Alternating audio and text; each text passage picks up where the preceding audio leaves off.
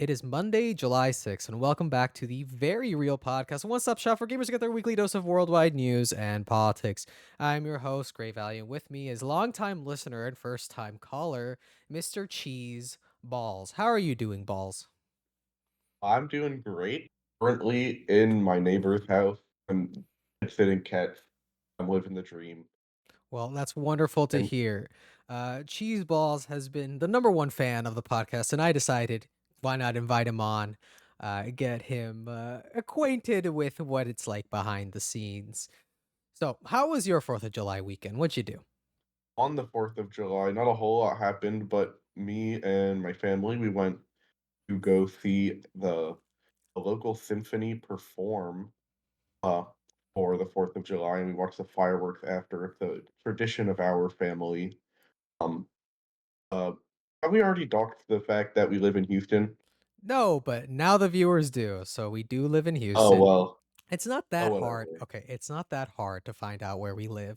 Our start Yeah, GGs are connected with our tags, so it's not. this is true. This is true. Well, we live.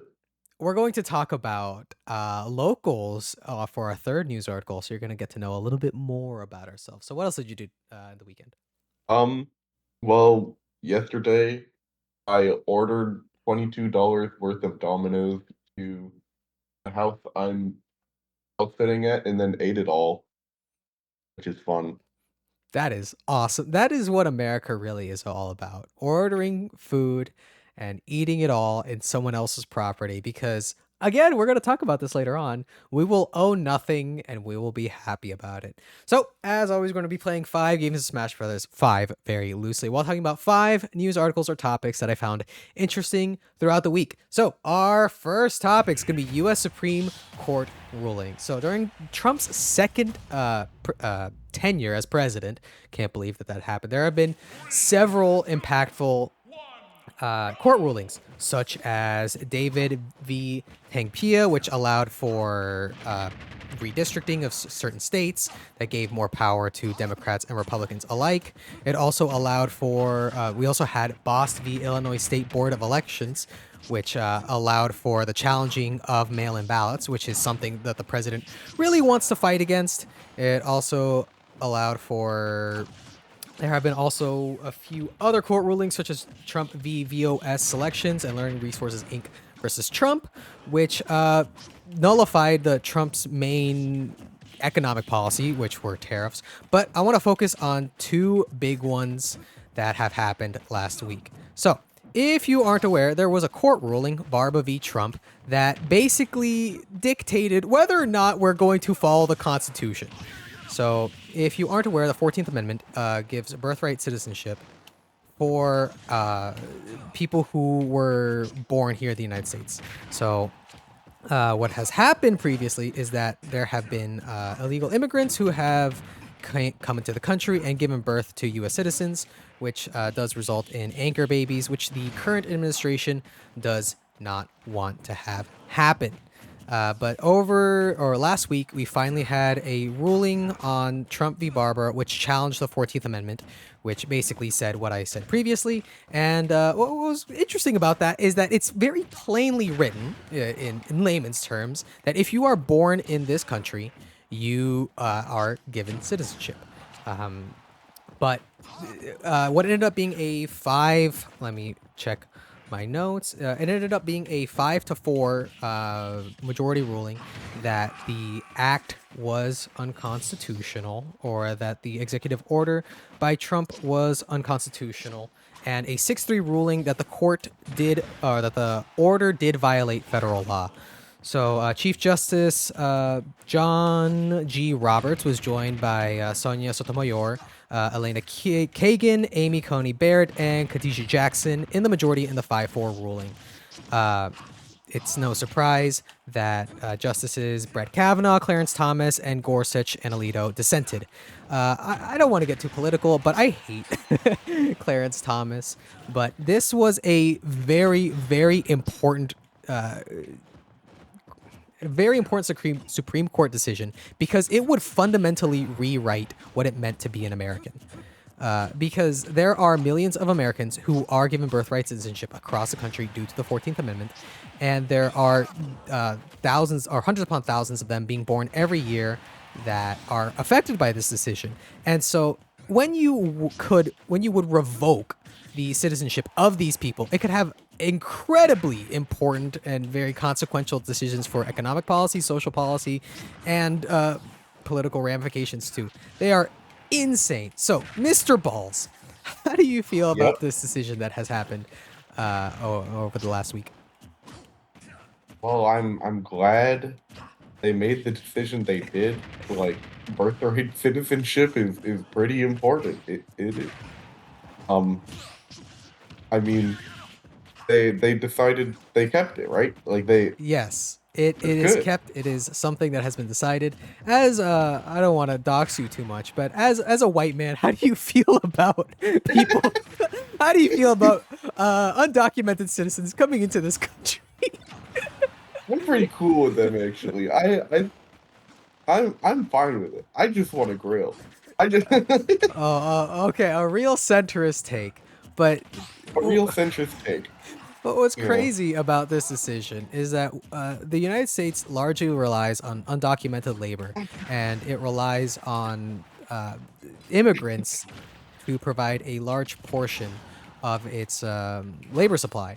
And so when you revoke a method for which U.S. citizens or can exist, you have a very, very, very strong policy. And like, I try my best to stick with the facts. Like, I don't know if you noticed, but I sometimes lean a little liberal, a little to the left. But Yeah. I genuinely try my best to be as apolitical as possible when it comes to this and try to stick with the facts. But it seems like the executive order made by Trump was a very clear order to be to affect basically just Mexicans or his people of Hispanic descent, and it seems like it was a very, I don't want to say racist decision, but it was a decision that had clear motives. How do you feel as a white man about this? Um. Well, I'm glad that Trump can't do whatever he wants all the time. That's nice. And I mean, I think it's good that You think it's good? really, Well, I yeah. agree. I agree. I agree. I think it's good. But what scares me the most about this decision is the fact that it was a 5-4 ruling that the act was unconstitutional. The fact that it was so close to I would say passing or becoming law, or the interpretation or the executive order to be ruled as law is what is scary, because it was a 5-4 ruling. That means that 4 chief justices who have gone through law school, who have practiced law for decades, looked at the order and said, "Oh yeah, that's constitutional, or that should be in the policy for the United States when it's outlined very clearly, especially with a few other rulings. I believe it was I forgot the name of the previous court ruling, but there was a court ruling in 1894 that further expanded upon the 14th Amendment that said, yes, this is how the 14th Amendment is supposed to be interpreted. It is how it's supposed to be implemented. And it's really scary that we're kind of letting Trump get away with it. And it's it is a decision that I believe will live in infamy and will definitely affect the legacies of the 4 justices that have dissented. So, on top of that court decision, there was another court decision that happened last week. There were two actually, but they both deal with the same sort of policy. It was Trump v. Barbara, and what was the other one? It was Trump v. Slaughter. So in Trump v. Slaughter, the courts held that President Trump could fire Rebecca Slaughter, who was the last remaining Democratic member of the Federal Trade Commission. So it overturned a 90-year-old precedent known as Humphrey's Executor that allowed Congress to make nonpartisan independent agencies so that they could better serve the American people. This essentially gave almost unchecked power to the president to basically appoint whoever he wants to serve his will. This was also interesting because an earlier docket, an emergency docket, Trump v. Cook, ruled that Donald Trump firing the Federal Reserve Board member Lisa Cook could not happen. The reason why was because the Federal Reserve was created by Congress, and that it should be ran by Congress and it should be appointed and regulated by Congress, as opposed to what happened with Trump v. Slaughter. So this precedent, okay, let me get to the game, was a 6-3 ruling that was divided among political or among ideological lines. So the liberal judges, like Sotomayor, voted or dissented, while the Republican judges said like, nope, this is cool. We're doing this. This is a very, very consequential decision because it allows for independent agencies like the FTC, the Federal Trade Commission, to be ruled and governed however Trump sees fit. He can enact policy that he likes. He can sort of hold these agencies, I guess, he can threaten them. He can threaten to fire people, and he can just basically institute whoever he wants and fire whoever he wants based on how he's feeling that day. So, how do you feel as an American, as a white American, who who is of age to vote about this increase in the executive branch's power? Um, well, Hell, sorry, multitasking is going to be a new acquired skill for yeah. this, Believe it or but not, this is difficult, huh? yeah, but you guys have to think for this? That's insane. But, Yes. um, uh, I mean, I'm, it's scary that, um, like, we're just letting so much unchecked power, like, okay, can I get a reminder as to what the court ruling, Okay, like, so exactly what the outcome of it was? in a 6-3 ruling, it basically allowed for Trump to fire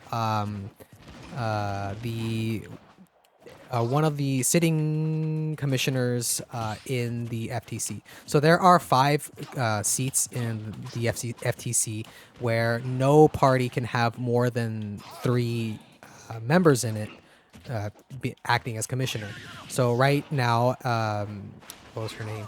Rebecca Slaughter, or not Rebecca. Rebecca Kelly Slaughter was the last Democrat serving on the FTC as a chair, and she was fired, and they're fired without lawful cause. She was fired, and they basically said, and Trump said like, I just don't like how you're functioning. I don't like what you're doing in the office. And you're gone.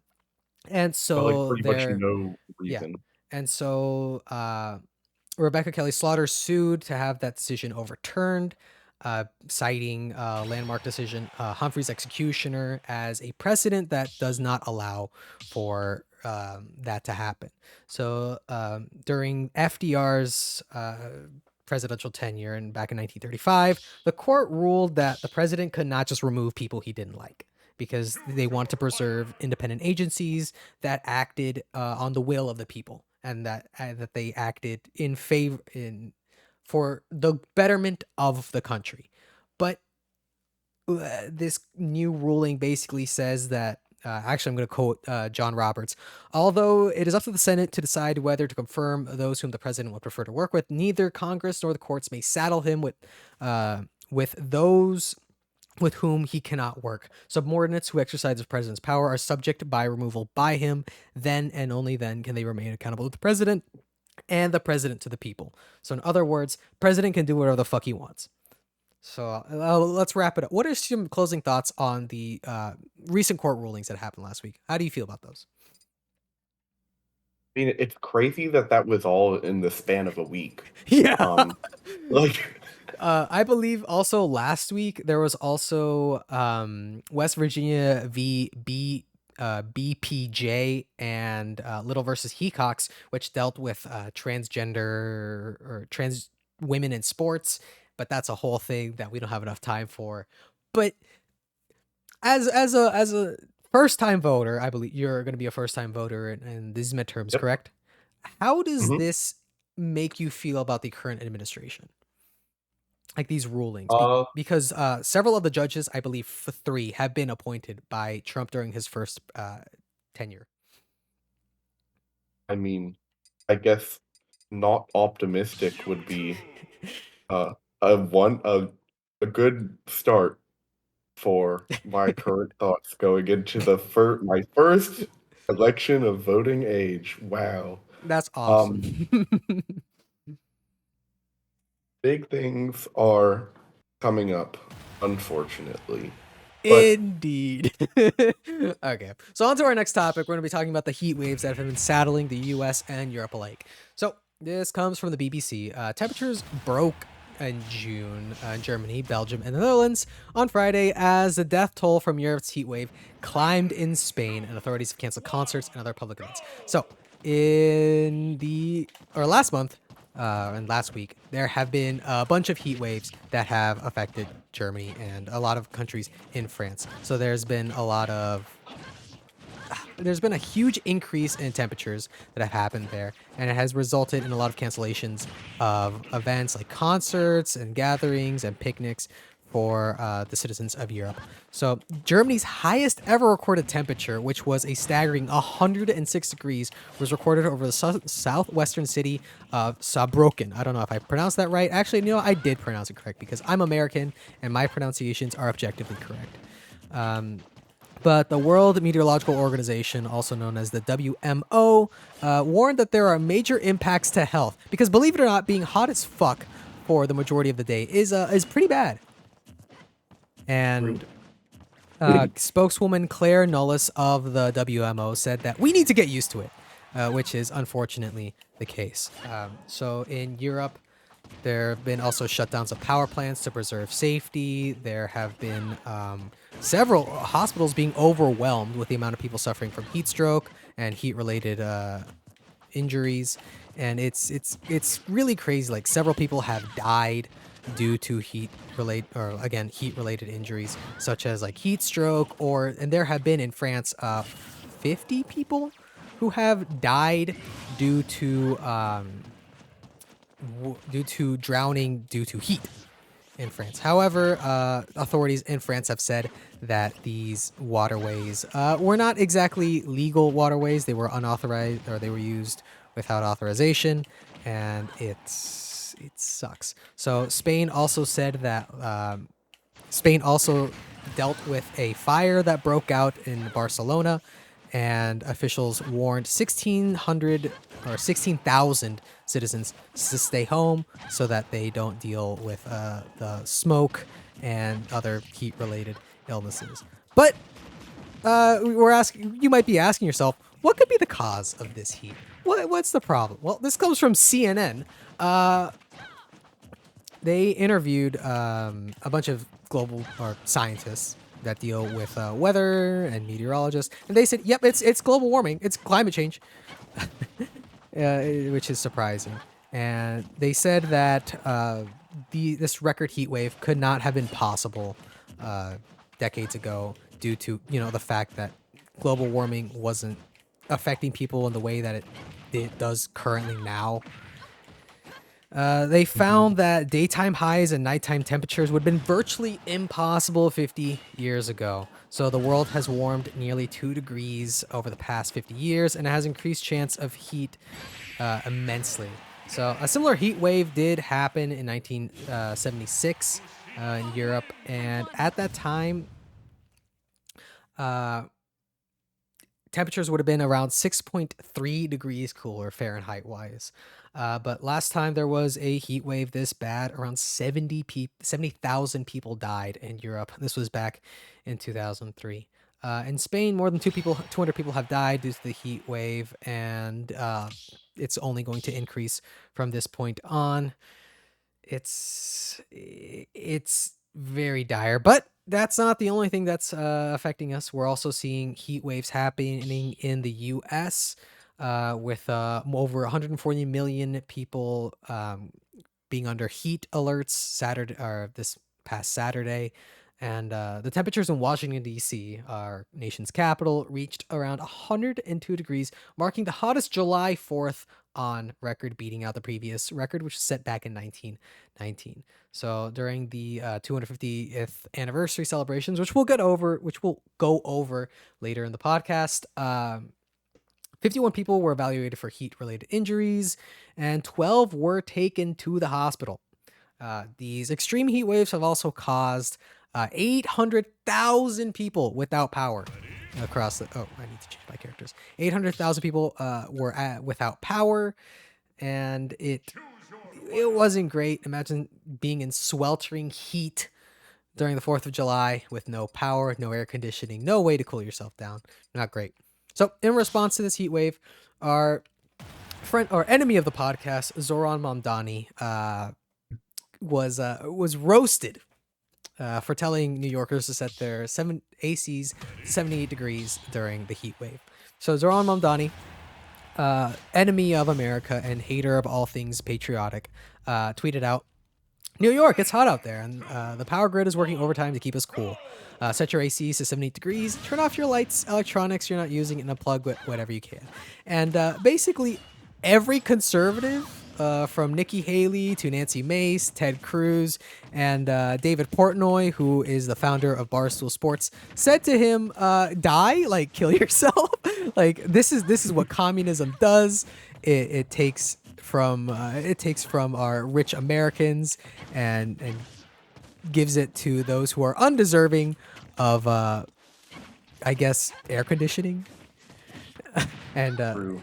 kind of related, but I went to dinner with my father. I think it was on Thursday, and which was when this tweet was went out, and there were people in the restaurant who were talking about it, and I was overhearing them, and they were like, "Oh yeah, did you see what Zoran tweeted?" And they're like, "Yeah." He's like, "Well, that's what happens when you live in socialism. You know, eventually you run out of money at the top." And then all I thought to Awesome. myself was like, "Shut the fuck up, die!" Like, are you stupid? Because this comes from Texas Tribune. This was an article written back in 2015. As it turns out, our conservative governor Greg Abbott tweeted the exact same thing. Well, he didn't tweet it, but he made a public announcement. So he made an announcement stating that in order to mitigate the stress of our state's electricity grid, Texans should take simple measures to save as much energy as possible. He also stated that they should set air conditioning to 78 or higher, need to close their blinds, need to avoid operating refrigerators, and do all this socialist shit. Again, this was back in 2015, and it just made me pissed off. Like, I was upset at that guy. That guy in the restaurant, I wanted to fight him because he's stupid. I don't want to get political, but I think dumb people need to be shoved in the locker. So, as Hmm. a how do you feel about this heat wave that has been affecting pretty much everyone in the entire world? It's not just Europe and the United States; it's everyone. So Yeah. we're living in Texas. It's no secret. Houston, one of the hotter cities, the concrete jungle. How have you been dealing with the heat? Um. Typically by not going outside a whole lot. I mean, uh, but when I have had to go outside, it's been pretty brutal. The heat index on my phone keeps telling me it's like like it feels like 110 every time I go do anything, which is um not far from ideal. Not ideal grilling weather. Um, they don't want to let me grill. Fucked I'm up. saying. Okay, so to the I just want to grill party, aka centerists. How's it like Hmm. grilling, you dumb fucks? How's it like dealing with an environment that or a country that's literally on fire due to, I don't know, environmental climate change? It's everything's hot as shit now. The polar ice caps are melting. Uh we're dealing with like a bunch of hurricanes that are unprecedented due to the fact that we're experiencing climate change, and I am hoping that we're going to see a more active government when it comes to dealing with environmental policy to keep us cool, because again, we're getting fucked by massive heat waves. And on top of that, there have been like I was seeing this in the news earlier. Corpus Christi is under a drought warning due to the fact that everybody needs water, and that these data centers, these chemical companies are using these water sources to keep their operations going. And so while Corpus Christi is in a drought warning, they these chemical companies still have exemptions. Like, they can still use as much water as they want, while the city of Corpus Christi is asking its citizens to please stop using the water made for companies. And Oh I god. think it's, again, I like being as I try to remain apolitical and try to remain unbiased with my reporting of what's going on, because I believe that viewers should come to their own interpretations when it comes to the news. But like shit like this is what makes me go like, why do people vote for conservatives? Like, why do people want this to be a thing? Environmental deregulation is not beneficial. It only fucks us in the long term. It's not good. But in addition to a government, or the Trump administration, which has been very pro deregulation when it comes to environmental protections, they also deleted around 6,000 articles on the government website related to energy conservation. So this comes from The Verge a little bit after Zoran tweeted his statement. The federal government deleted a bunch of energy-related conservation posts, such as like setting your AC to 78, or closing your blinds, stuff like that. And it's not good.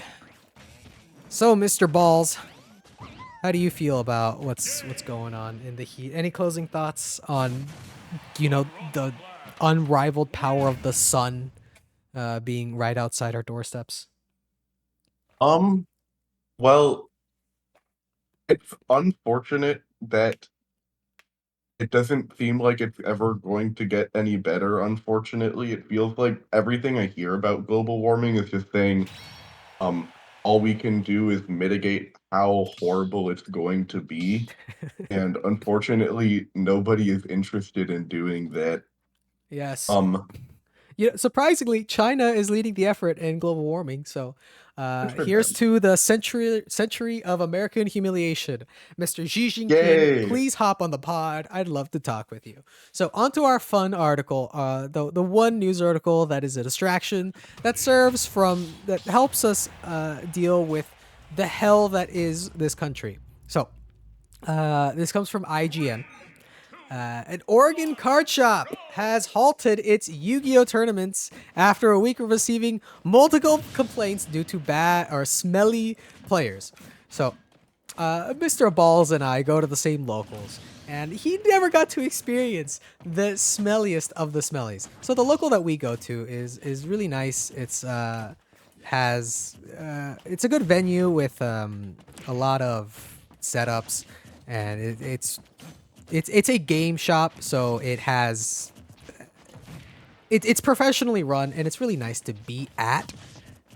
And Mhm. it's a stark contrast from like some of the locals that you would have in like or I don't know, if you live in a more rural city that isn't Houston. Yeah. And I remember back during the early days of the locals of Smash, there was this one smelly guy who I kind of want to dox, but it's unethical to. Uh-huh. His name was, I'm not gonna talk about his name, but he played Steve, so like you already know he was a bad person. Yeah, yeah. And I remember playing him. He was like close to PR, and he smelled awful. And every time I played him, it was like a terrorist attack on my nose. And I didn't want that. It was terrible. And thankfully, we did end up telling him, hey man, you smell like shit. Please stop. Okay, so back to the article, or back to the story. So this card shop in Oregon said, like, yeah, we're banning Yu-Gi-Oh for a week so that the people who are dealing with the smelliness can learn to grow the fuck up. Can learn to be better. So they issued a statement on their Discord. We've had issues with people mistreating the restrooms and multiple bad reviews because of poor hygiene. As a reminder, we encourage players to follow Konami guidelines and report anyone who does not. And I don't know how you feel, but I think if a company needs to make a statement over the smelliness of your players, you need to reevaluate yourself as a person. Like, okay, I know the difference between someone who may not be in a financial place to, I guess, maintain proper hygiene, because those people exist. However, if you're playing a card game which requires you to spend hundreds of dollars on said cards, maybe you should prioritize your money elsewhere. True. Card games are so expensive. That's what People I'm keep saying. yeah. People But keep trying to get me into like Magic and also Yu-Gi-Oh! Like so much random games. It's so expensive. I have to find cheap ways to do. yeah, there is a free alternative to in-person Magic and in-person Yu-Gi-Oh. I believe Magic has their arena, has Mm-hmm. the Magic Gathering Arena, while Yu-Gi-Oh has Master Duel. If you don't know, have played Yu-Gi-Oh a little bit. I did pretty well back in my day. I topped a few events, but I never had to deal with people who smelled like bad BO, but I did have to deal with people who smelled due to the cigarettes or uh, weed. Okay, so how do you feel about going to locals with a smell? Do you want to have like a rule that has a hygiene or a hygiene rule? Like a hygiene code for Yeah, locals or something. I yeah. mean, like I think I'm a little like people have told me I don't smell bad explicitly, which is because I'll be worried because I can't smell anything a lot of the times. I feel my sense of smell is especially bad. I have No, asked, and people have told me I do not smell things. I do not smell bad, which is good. But oh, it also may I don't I when I go to locals I don't really notice a whole lot. But then other people will tell me the people at the local smell bad, and I'll be like that's news to me.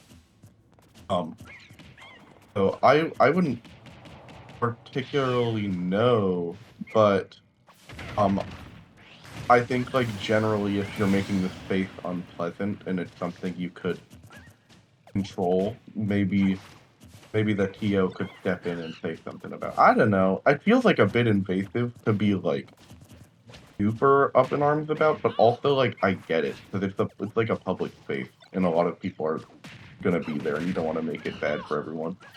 for me, it's like very distracting. I like the C player that I was playing against. It genuinely like got distracted the fuck out of me because he'd be doing his stupid ass mining setups, and then I'd be like, "Oh my god, please stop!"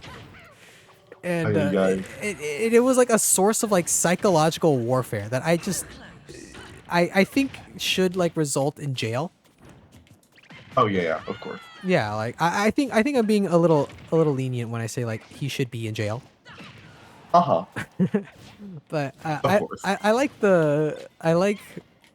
the silly little rules because they're clearly written in blood. Like I don't know if you know this, but like the comment saying is like regulations and rules are written in blood, and Oh, nothing's yeah, yeah. better than seeing like, oh, these rules are there for a reason because some dumb fuck decided to not take a shower. But like there's a difference between not taking a shower and then like going weeks without a shower. because okay, Oh so yeah, yeah. a little bit of background information on both of us. We played for our Smash Collegiate team, and I would go to the gym before playing in the games. And every now and then I feel like a little bit like self-conscious about whether I smelled or not because I went to the gym, but when I smell myself I'm like it's fine. It's like doesn't smell like anything, but at the end of the day I'm being physically active and it's very different than people who don't shower and don't wash their clothes. I learned this the other day. Apparently there are people who don't wipe. They just Oh, don't. they just raw send it every time. Yes, these people Damn, exist. It's disgusting. I did not know this. Yeah, I mean, I guess I could reasonably intuit that, but I just never like thought about that. That there are people that just wouldn't at all. yes, it's terrible. Another thing, uh, so I've been for the past, I guess year or so. I've been using flushable wipes, and they have been a godsend, man. Flushable, like bidets are incredibly expensive. They cost hundreds of dollars to use. I guess like the good ones. But flushable wipes have been super beneficial because like they get rid of everything. They're awesome. Alright. Yeah, so I highly recommend them. Um, Okay. Yeah. so My roommate had those, and I didn't know what to do. I was like, they were bizarre and off-putting, but I suppose it's not. I suppose that's actually the strat. I did figure that it would be more expensive than like toilet paper oh though. fuck yeah, but like the thing is, you should only use like one wipe or one of those wipes for Mhm, like when you use the restroom. of course. And they are awesome. I highly recommend them to anybody who's self-conscious about their poopy. Use them. They're really good. I highly recommend them. So, Uh-huh. have you ever had to deal with a smelly opponent in anything?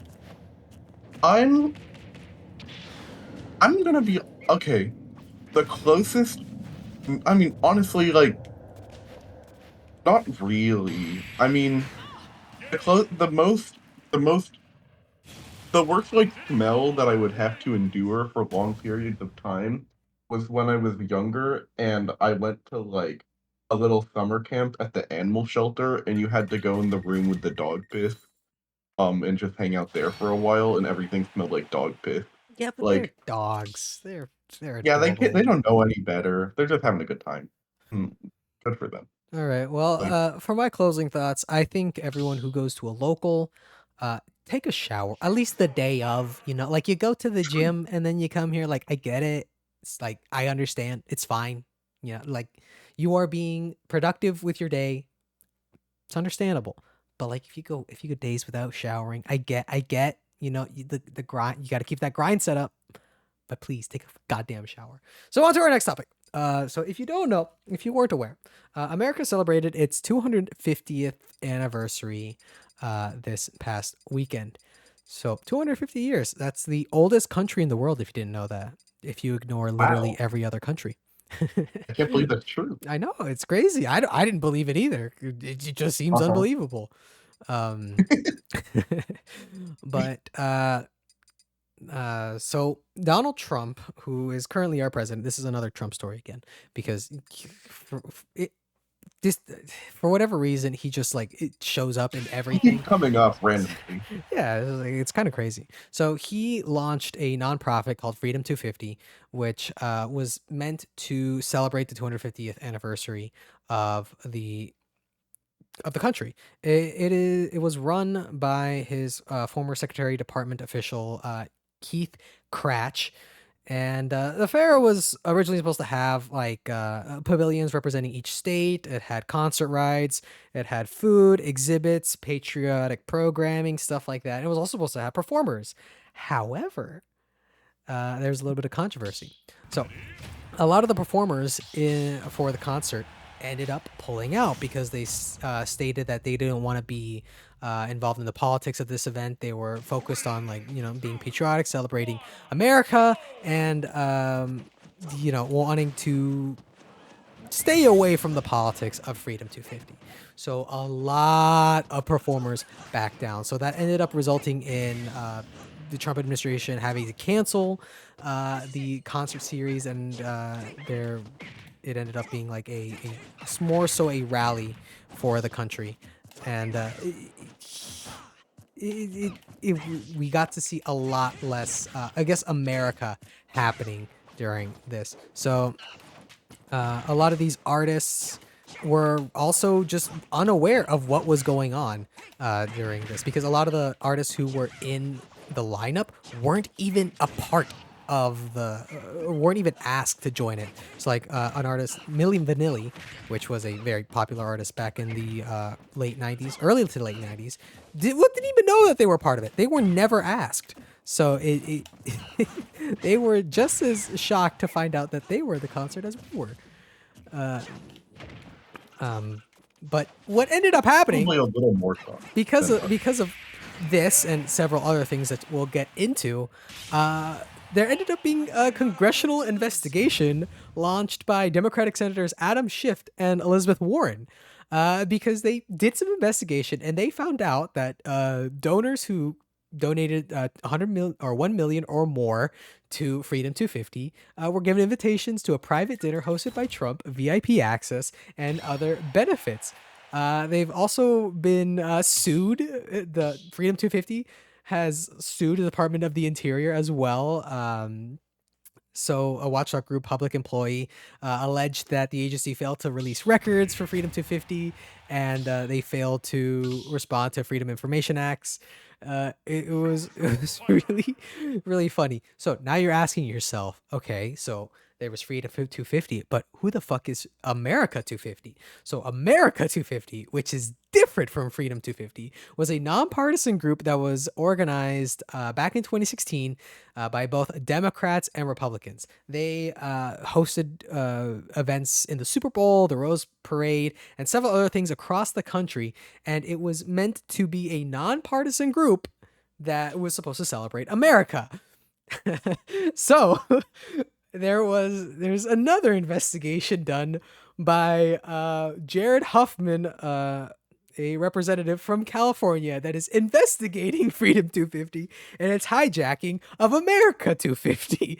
So this investigation is looking over like the UFC fight that happened in the parade. It's going over the Patriot Games and all this shit that's going on. Uh, he is stated with saying, this is a direct quote from him: "Once you siphon off funds and supplant the real bipartisan commission with a new entity, you declare it to be the main platform for our nation's celebration, and you award all those shady contracts with your friends. You can do anything you want." And what these folks choose to do was very divisive, very extreme, and explicitly sectarian religious agenda into all these materials in our name and using our taxpayers. So he cited that donors who thought they were supporting America 250 were actually given banking information for Freedom 250. So that, if you don't know, constitutes wire fraud, on top of several other things that have happened. So there have been subpoenas, there have been investigations, or there are currently investigations into what is going on here. And this is just one of several controversies that have happened with the Trump administration. There have also been Trump himself is being investigated for his cryptocurrency exchanges, his insider information with his stock deals. Believe it or not, he's made like 1,500 stock transactions during his presidency. It's crazy to see, but the Freedom 250 overall was deemed somewhat of a failure, given what happened in that year, or what happened this previous weekend. So the Washington Independence Day Parade was canceled due to extreme heat, because believe it or not, having a parade in 105-degree weather is not good. It's also not the heat that gets you, it's the humidity, as many parents love to say. Also, what happened in this Freedom 250 event, North Carolina company Mount Pickles withdrew from the event because one of the booths that was described earlier had a Confederate flag in it. They made a statement saying that their company does not stands on the values of human dignity, opportunity, and freedom, and that they do not agree with the fact that the Confederate flag was flown there. Also, if you weren't aware, what ended up happening, the Mass Patriot Front, a nationalist group, they ended up protesting, or I guess rallying, in during July 4th in the National Mall. Hundreds of mass members of the national white supremacist group Patriot Front marched through parts of Washington, D.C. ahead of the Independence Day festivities, and that have been quoted with being very controversial. Like I said previously, we had a Confederate flag flying in the North Carolina booth for Freedom 250, and the event was largely uneventful, I guess. Like Trump gave a speech that warned about the dangers of communism. America also launched like the biggest firework event ever. But if you've seen videos of it, believe it or not, having the largest firework event is not exactly the best if you can't see the fucking fireworks. I don't know if I'll put a video of the firework event in the stream, or in the video version of this podcast, but it was unwatchable. Also, the Was it like government. behind a tree line? No, there What was made it so uneventful? much smoke. There was just so much smoke Oh, that you just couldn't see what was going on, and the government had to issue out a warning that everyone who attended the event should wear masks, like those COVID masks, due to mhm. the high amount of smoke that made it unbreathable, and it was Freedom 250 was a mess. It was unequivocally a mess. So Yeah. how do you feel about what went on this past weekend? Well, I don't. I see like little things about America 250 on like my Twitter timeline. I just saw one post that was saying imagery like this would have been called lazy if it was done in a TV show for parody, Yeah. and the footage was like a paraglider with the American flag like crash landing on top of a pavilion. Like he's just flying through the sky and then he just nosedives in front of a crowd of people. And I thought that was kind of cool. Uh, Yeah. Also, there have been like so many videos of people attending the Freedom 250 fair and seeing how vastly empty it was. And I'm not one to like judge an event based on how many people attend it, because if I were to do mhm. that, I'd say that this podcast is dog shit because no one listens to it. But again, like the event seemed to be very poorly planned and seemed to be done solely to own the libs, because again we had that UFC fight, which I don't want to say nobody wanted, but it was very confusing as to like who wanted that event. It I don't know. Did this event make you feel more patriotic? Do you feel more American? I actually feel like maybe a little less American, actually. Like, Like, at least, I don't know. Before I was pretty on board with America, and now I'm like, kind of. this event made me love China more. I love China. I'm coming to China, dude. Mr. Xi I got Jinping. I got sibling. I had two siblings in Asia right now, living it up, and then I'm stuck in this funky ass, hot ass room I'm in. Um, and it's just not the same. Yeah, fuck I my should leave big fat America, is what I'm chungus. saying. Fuck I my. hate my big fat chunk. That's what I'm saying. But Mhm. like, if you didn't listen to the speech, I didn't want to cover the speech because it was like it was more of like just Trump saying like, "This is the greatest, this is the greatest country. We have the greatest economy. America number one." but he went on about how like communism is the greatest threat to this country.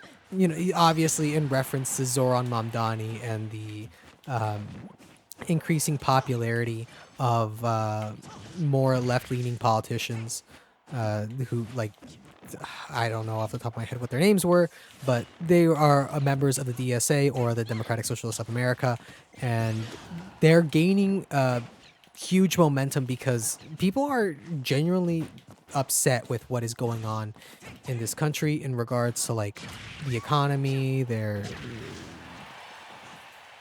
worker protections, environmental protections, social security. It's again, I keep stressing this, but I am very interested to see where people's votes go this upcoming November. So, any closing thoughts on Freedom 250 and America? What's your opinion on America, pro or anti? I think I'm like after today. Like before, I just wanted to grill, but now that I've been in here for like at least 40 minutes, I'm starting to be a little anti-America. uh, Okay. Instead of having Freedom 250, I think I vote we should have the American Century of Humiliation. We should just have American Century of well, how do you acronym? That's not a word. How do you turn that into an acronym? ACOH, the ACO, American Century of Echo. Humiliation. Yeah, that's Uh, what I'm gonna run on as president. I'm not gonna run on anything else. Just running on the fact that we can have the American Century of Humiliation, because we're getting like flexed on by every fucking country. Like they're all dunking yeah, on us. The only thing that we have is or the Pope is American. That's like it. What else? I guess so. I don't think we have a whole lot at the moment. Like I watched a I watched an interesting little video essay just yesterday about how we are in like a cultural, what was the word? They said like a cultural Abyss. um dark age is what they called it. Yeah. And they pointed out how it parallels the historical dark ages, how it's a very Eurocentric idea of a dark age where it's like the West is the only I mean primarily the people having the dark age. The other parts of the world, they're having a good time. Like Yeah. but There's we're kind of fighting for our lives at the moment. have Or you it's pretty bleak. have you seen what they Um have in China? They have like everything. They have like yeah, they fucking have cool buildings and shit. they have That's fun. electric cars that like can go billions of miles on like half a charge, and that charge takes like 10 Yeah, seconds. Their that's cool. technology is insane. Their infrastructure is incredible. Yeah, They do have like I guess weaker protections for their citizens, but like at the same time like what protection we have? Palantir, like we have those fucking flock cameras. Are we that much different yeah, from China? Okay. yeah. Okay, so The on thing in to the video, no, you go, okay. you go, you I go. just want, yeah. The thing in the video essay that they opened the video with, which I thought was funny, that prompted them to talk about a cultural dark age, is they went to McDonald's and saw there was a Friends Happy Meal toy in the Happy Meal, like the sitcom Friends in the big 26. Dog, I would if I was a That's pretty child cool. if I was a child and I got a Ross Geller action figure, I might kill myself. Or I might turn into a domestic terrorist. Like that would Yeah, radicalize me. My like 7-year-old yeah, ass would get like a fucking a Phoebe doll, and I'd go like, "You know what? We're in late stage capitalism. Mao was right. I'm a Leninist. We need to like firebomb the Capitol." this is That all would be true. That's what me. I would have done. Like the moment I would hold onto that doll, like my mind would just be filled with theory. Like, what is Yeah. like the Library of Alexandria would just like be instantly warped into my mind. Uh, Mm. God, and uh, I hope to God whenever I do run for office, because I will. This podcast is brought up every single time that I run up, because then I could just point to like this episode where I go like, yeah, we need to firebomb the Capitol. Okay, onto our last topic of the episode. So we're going to be talking about consumer protections. So this past week, California finally instituted a new law, which was passed back in 2024. So I don't know if you ever go shopping, but this law was meant to regulate those silly little like sell by those little sell by stickers or those Best Expiration Buy. date? Yeah, kind of. Yeah. Because as it turns out, there was a study done. There are around 50 types of those like Best Buy, sell by, expired by statements that appear on food. And so what California did Hmm. was that they banned those statements. And so now companies are forced to use one of two statements. So they can either use best is if used by to indicate peak quality usage, or use by label, which is used for safety purposes. So for like medicine. Yeah. This law does exempt eggs and other malt beverages because apparently we need those regulations for that. But this law was meant to cut back on food waste because, as it turns out, around 20% of all food waste comes from people unaware of what those expiration date labels mean, which is crazy that 20%. When this law passed back in 2024, people were asked, like, okay, like, do you understand what these labels mean? Because there are so many fucking labels. There's like There are so many freeze labels. by, best by, use by, fresh by, all that kind of shit. And it sucks. And so Like that. this is a good direction in terms of consumer protection because it allows for citizens to be informed of what they're buying. And so this law is a good step in the right direction, and it also paves the way for other states like New York, who has a similar bill. Oh God, who has a similar I'm so bill talented. in the works to push these rules. And like since California is the one to pass this bill, it signals a it could force several independent companies to adhere by those standards because California is a huge base. Like they have a Hmm. huge number of consumers, and like they have one of the biggest economies in the world. And so if a company, or if California is forcing a company to regulate themselves, then it might force them to do it across the country.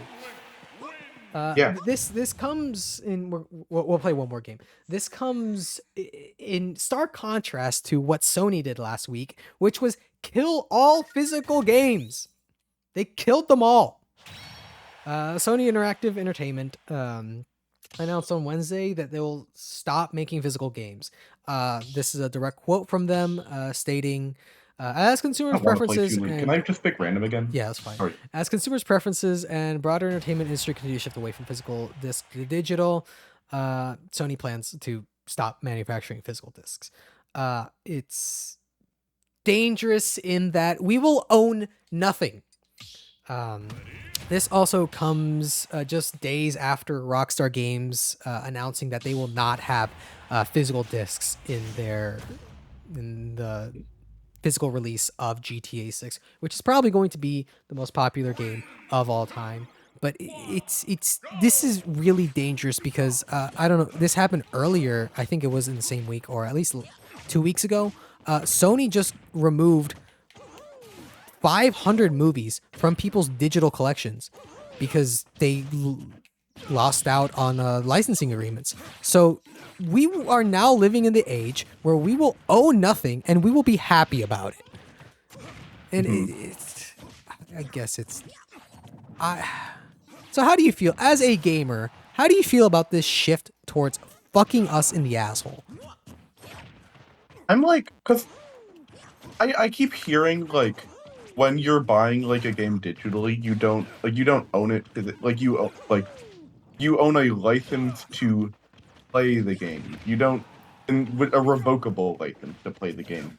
How like how realistic is it that that would be like actually acted on? Like What do you mean? how how like 'cause I get like in the like you do want to own your stuff, but like how realistic is that like Nintendo would just go like fuck you, you can't play Mario Kart anymore, and then Uh, kill my Mario Kart. so the problem with that is that like it's happened. So I don't know if you've noticed, but or I don't know if you know this, but there was this racing game called Drive, or it was The Crew. Sorry, The Crew, and they discontinued their online service and essentially bricked uh, the the game itself. Like you just couldn't play it anymore because they just removed the online capabilities and said, "Fuck you! We don't have to provide you an offline mode." And so consumers were forced to play the sequel. They couldn't go back, and so there were lawsuits that happened that essentially wanted ways for consumers to be able to play their games uh, because they bought them. And I think it ended up resulting in uh, in favor of the crew, and that they didn't need to provide a service. That's why the whole lawsuit of like stop killing games happened, because Mhm. a bunch of online only games, or a bunch of games that had only that were only launched on digital storefronts were being discontinued, and were no longer being offered to the average consumer. And it signals like a direction that has been evident that companies want to continue.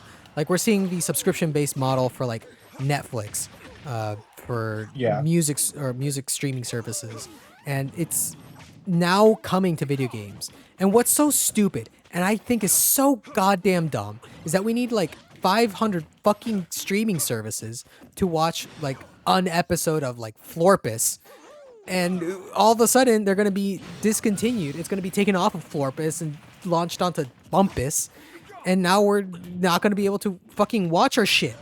And this is like the whole Yeah. whole What's up? thing behind like if buying doesn't mean ownership, piracy is not theft.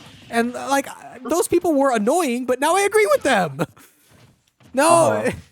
now all I can say is like you're right. Like we're coming close to a future where companies just own us, and we're forced to buy their fucking shitty ass streaming services because there's nothing else we can do.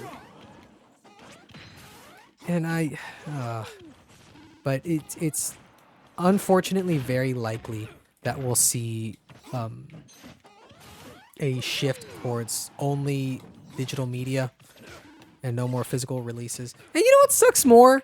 How are we gonna share shit with our friends? How are we going to like loan out cartridges? No more game sharing. No, it's only fuck yous from now on. Like, hey man, can I Yeah. borrow that game? No. Hey man, can I buy that game? No. You will own nothing and you will love it. All right. Any Unfortunately closing true. thoughts on capitalism?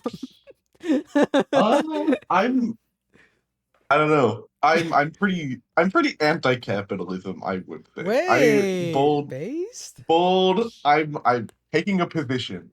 I've never done that before. I this is like Wait, this is the unprecedented. adrenaline is insane right now. Oh my Um but god. um yeah, I mean I don't like capitalism. I want to own things. It's kind of a bummer. Yeah, It's a bit of a bummer. yeah, capitalism is when you own nothing. Uh I remember my one of my teachers from high school who taught me about like, oh, in communism, everyone has one toothbrush, and oh yeah, you all gotta I've heard share that it. one before. And then now where it's like capitalism is where you buy your movie and I'll take it away from you because I fucking hate you. Fuck you, die.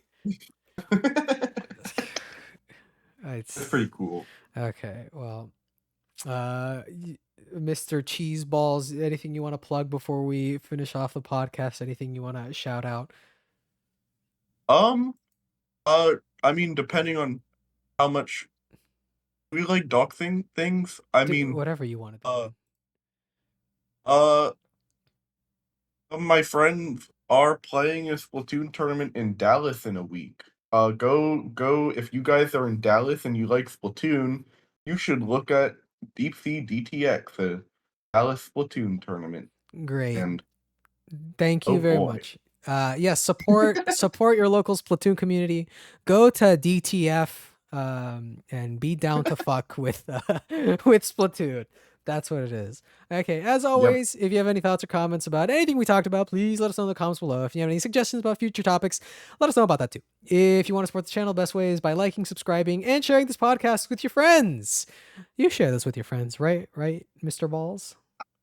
I haven't so far, but I've talked about it to them, and then they get off put as soon as I say I listen to the Smash Bros. Podcast. Okay, Um, but this is not a Smash Brothers podcast. It is a news yeah, yeah. podcast. Okay, It's a so news podcast. Uh-huh. I will talk to you guys next week on the Very Real Podcast. Bye, everybody.